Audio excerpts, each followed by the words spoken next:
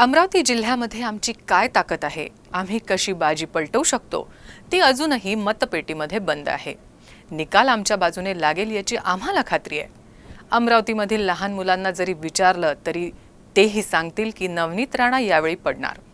रवी राणा यांनी जर का तोंड चूप ठेवलं असतं तर रिझल्ट काही वेगळे असते. अशा शब्दात आमदार बच्चू कडू यांनी राणा दाम्पत्यावर निशाणा साधलाय. 4-5 गोष्टी आहे. फक्त एकट्या रानामुळेच आपण उभं राहिलो असं नाही आहे. एकतर आम्ही रंगपंचमीच्या वेळेस भिंत रंगवता आपण एक स्लोगन केलं होतं, निवडणूक आली आता मुद्द्यावर बोला. ते पण आम्हाला न्यायचं होतं.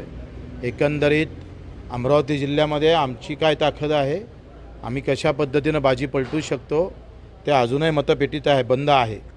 आणि आज जरी बाजारात ते भाव असेल पण निकाल मात्र आमच्या बाजूनं लागेल याची आम्हाला खात्री आहे.